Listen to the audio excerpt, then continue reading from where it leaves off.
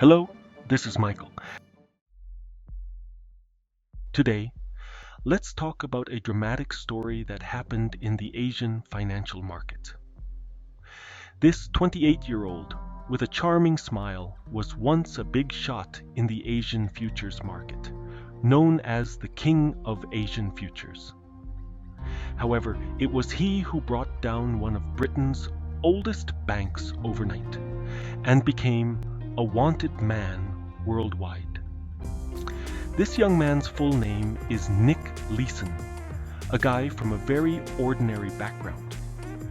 You see, the protagonists we've talked about before, whether positive or negative, were all talented in one way or another, even geniuses.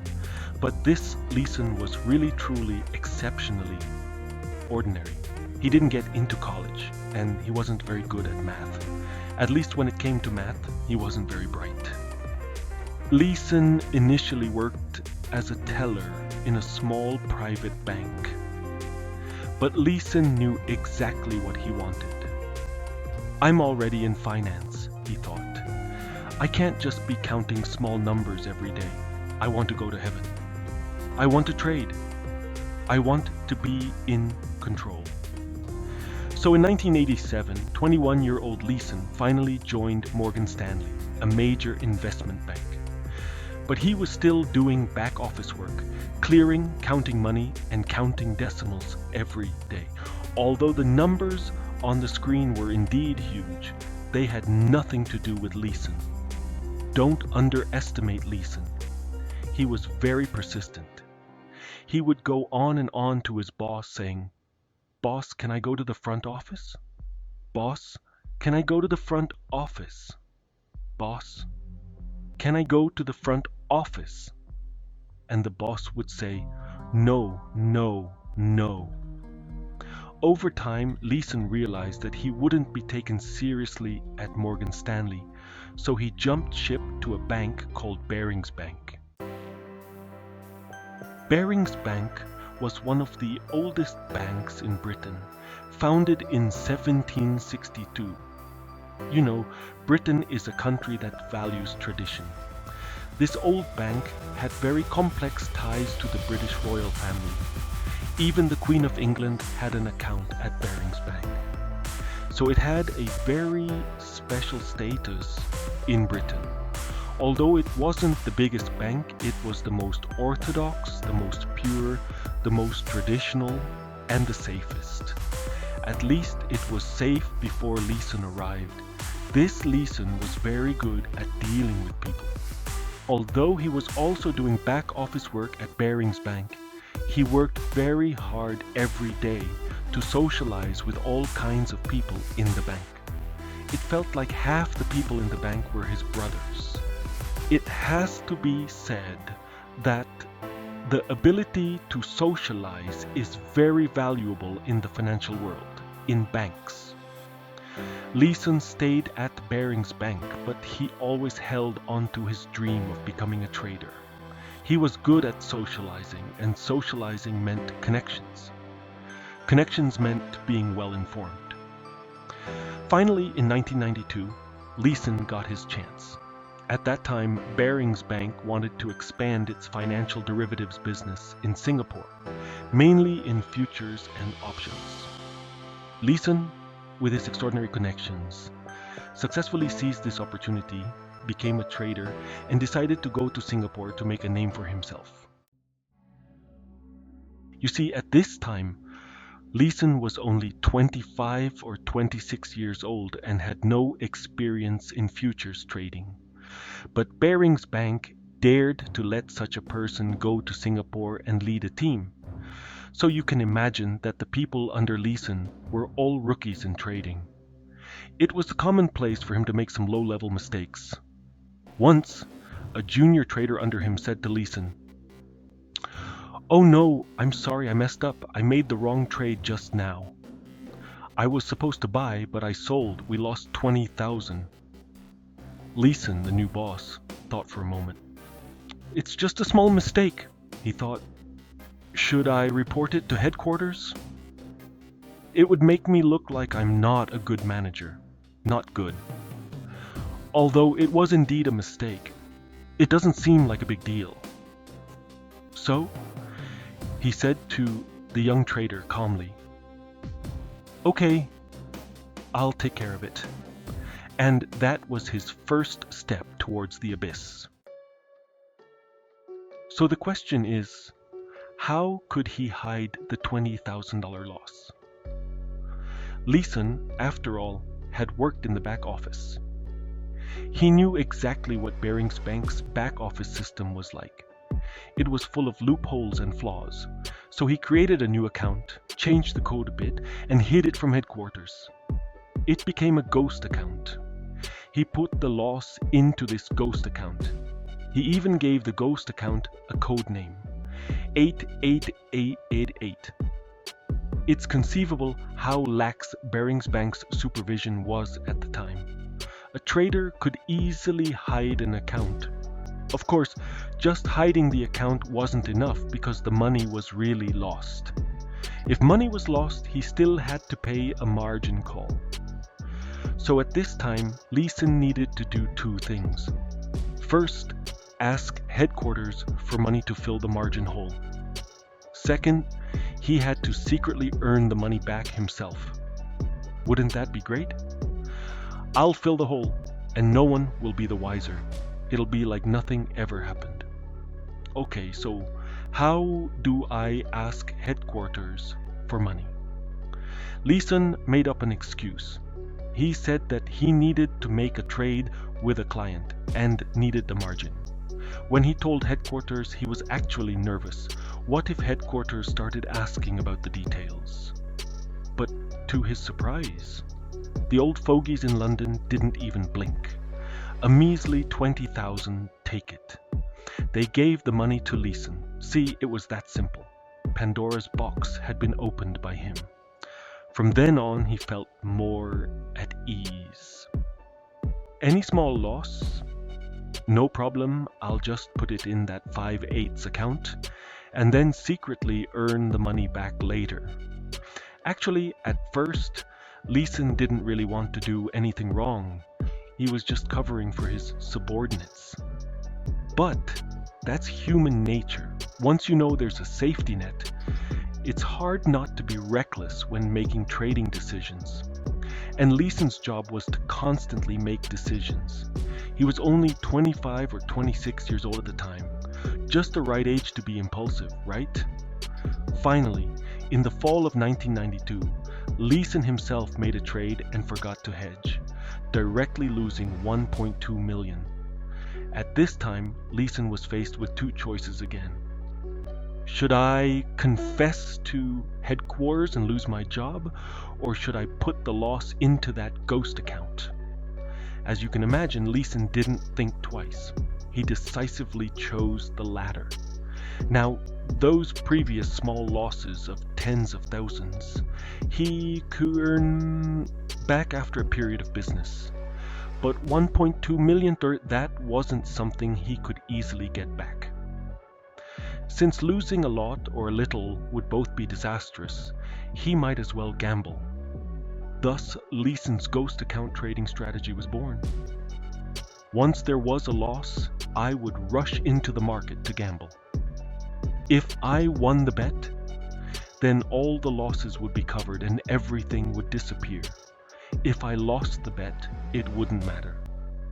I would just ask headquarters for more money and make a bigger bet. One day I would win, right? That way, no matter how much money I lost, I could eventually earn it all back. If you don't think about it carefully, it actually sounds reasonable. Leeson himself said. Here, let me briefly explain what I mean by gamble. What Leeson was doing at the time was trading Japanese stock futures. This is similar to us buying stocks, but because it's a financial derivative, its leverage can be very high, and its flexibility is also higher.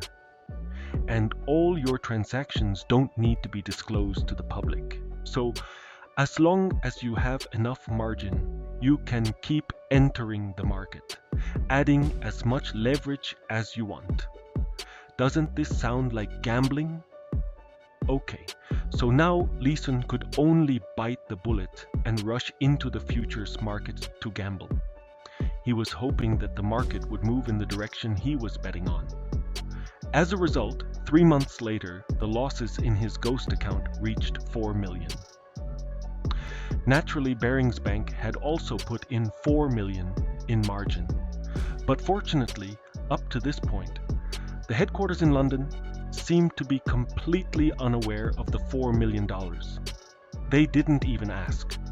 So Leeson could only keep borrowing money from headquarters, increasing his position, increasing his leverage, increasing his bets, and continuing to gamble. Those days were really like years. He was staring at the market every day, hoping that the market would move in the direction he expected. In the first and second quarters of 1993, the market did move in the direction Leeson was betting on. As a result, the 4 million was immediately recovered by Leeson. This time, Leeson could finally breathe a sigh of relief. For 9 whole months, it was a thrilling and tortuous experience. But in the end, he was lucky enough to fill the hole. Leeson himself later recalled that those 9 months were a nightmare for him. You say, hey, it was not easy to earn the money back. What would you think? You would definitely think, oh my God, that was close. I'll never do anything like that again. Leeson thought the same thing. At least that's what he thought that night. The next Monday, Leeson returned to the company, sitting at those boring trades, doing boring work. He mechanically clicked the mouse to buy and sell. I clearly made $4 million back. No one knows. I'm not satisfied. Not satisfied. When you lose a gamble, you want to gamble again to win it back. And when you win a gamble, it's hard to stop. Maybe that's human nature. I was scared to death, but headquarters didn't even know. So, on the one hand, he built up this illusory confidence in himself, and on the other hand, he began to commit blatant crimes. He used this 5/8 ghost account to deliberately make trades to make money for clients, and then take kickbacks. At the same time, he went to the market for one gamble after another, hoping to replicate his previous glory. Do you remember how we said Leeson was losing sleep over 4 million? However, in just 6 months, Leeson had completely mastered the trading strategy of this ghost account. Millions were nothing. Headquarters didn't care at all. By the end of 1993, the losses in the ghost account had reached 20 to 30 million. Leeson could only continue to increase his bets, using the excuse of trading with clients and needing margin to ask headquarters for money. You see, even at this point, the old fogies at headquarters kept giving Leeson money. However, just 6 months later, in July 1994, headquarters in London vaguely felt that something was wrong. Leeson kept saying he was trading with clients and needed margin. I kept giving him money, but I didn't see any money coming back. The client didn't pay. What was this kid doing? Ew. So headquarters in London sent a group of auditors to Singapore to investigate Leeson. When Leeson heard that the auditors were coming, he felt like the nightmare was about to begin again. So, on the morning the auditors arrived, Leeson went to meet them in good spirits, hoping to use his best method of getting close to people and some technical terms he knew to confuse the auditors. He said to the auditor, "Hey buddy, it's like this. We've been doing a new type of transaction with a client recently.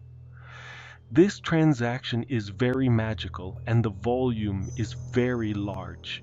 It's a very complex agreement.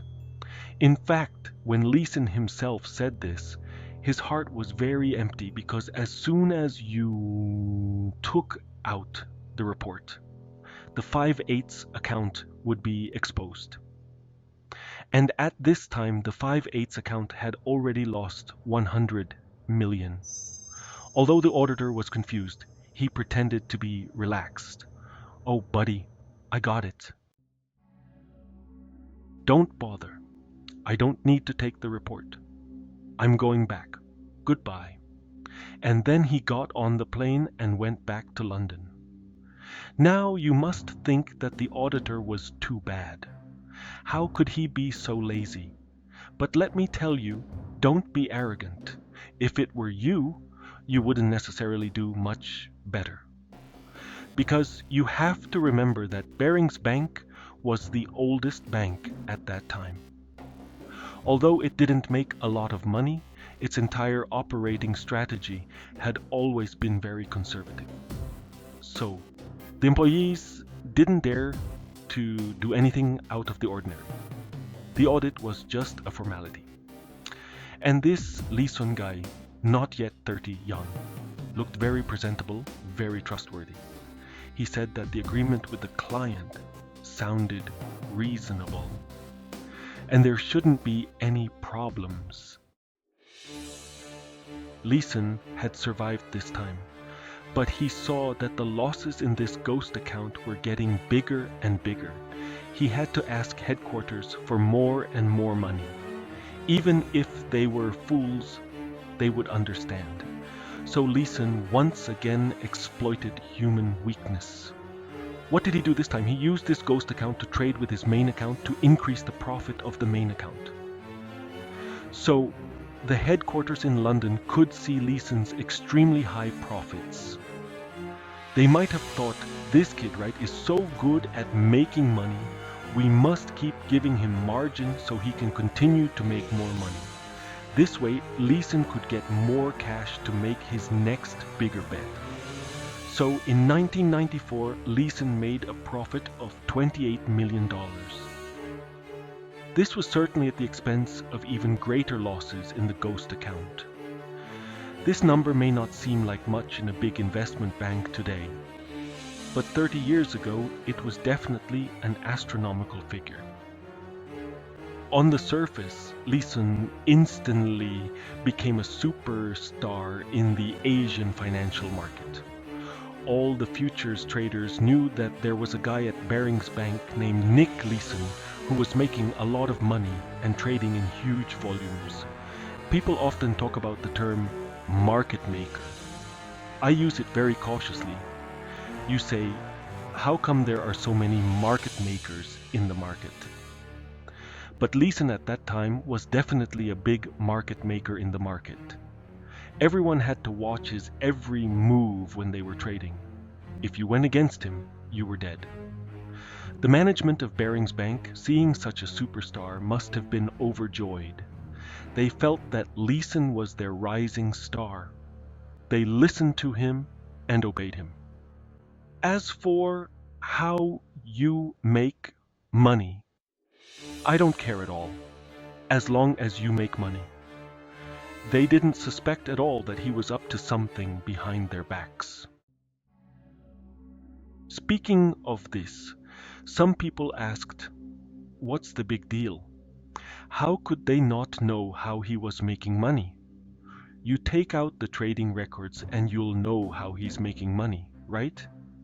This is not so simple in the derivatives trading market, because a trader makes hundreds or thousands of trades a day.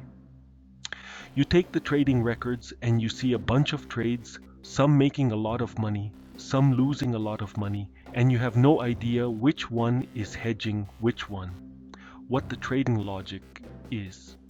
So it's still confusing.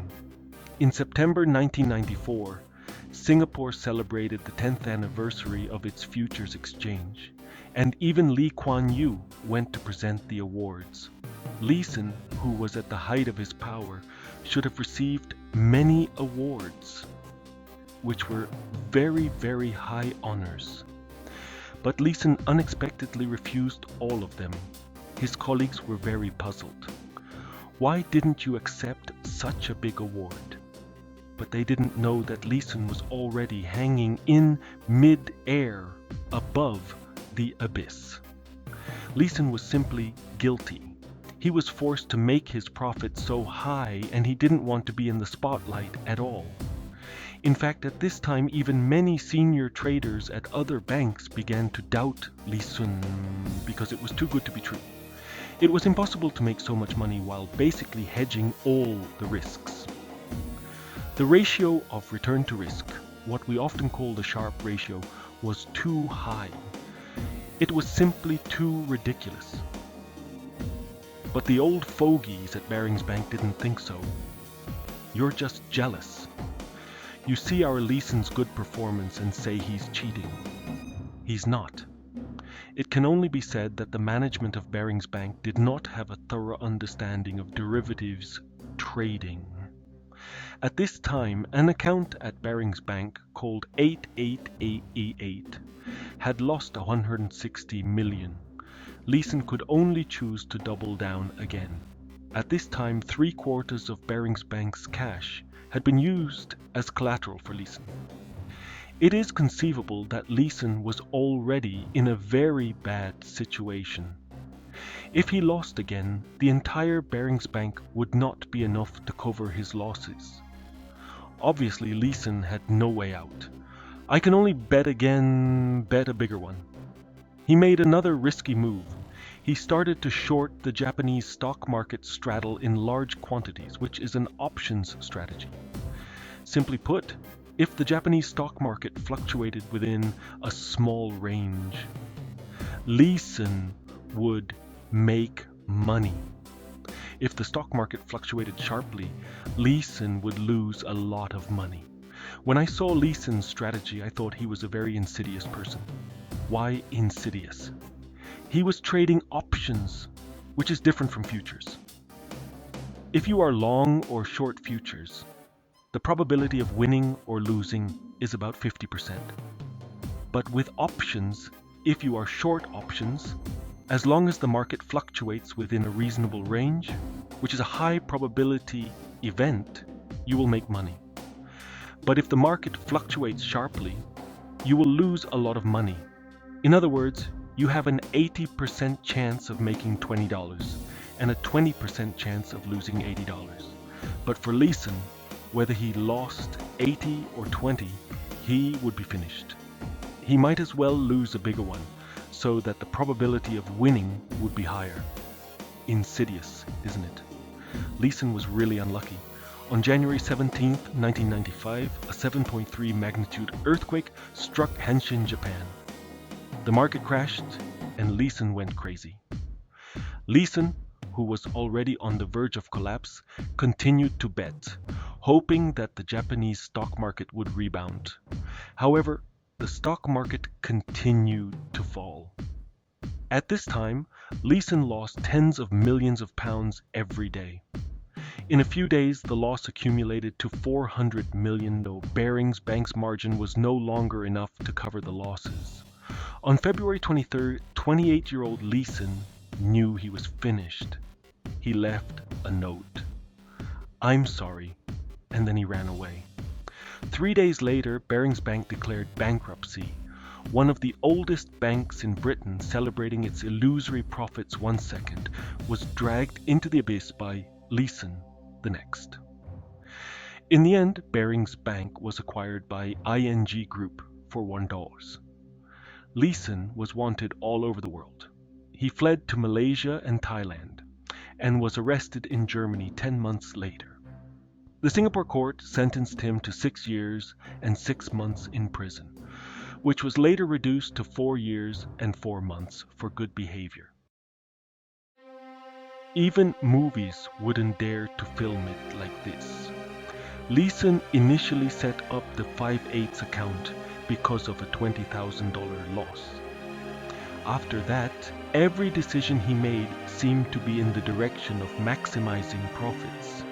But because of one wrong step, he made mistakes all the way and finally lost everything, even causing Barings Bank to go bankrupt. On the other hand, you think such a big bank lost so much money and no one noticed. You might think at first glance that there was something wrong with Leeson, that he was the culprit.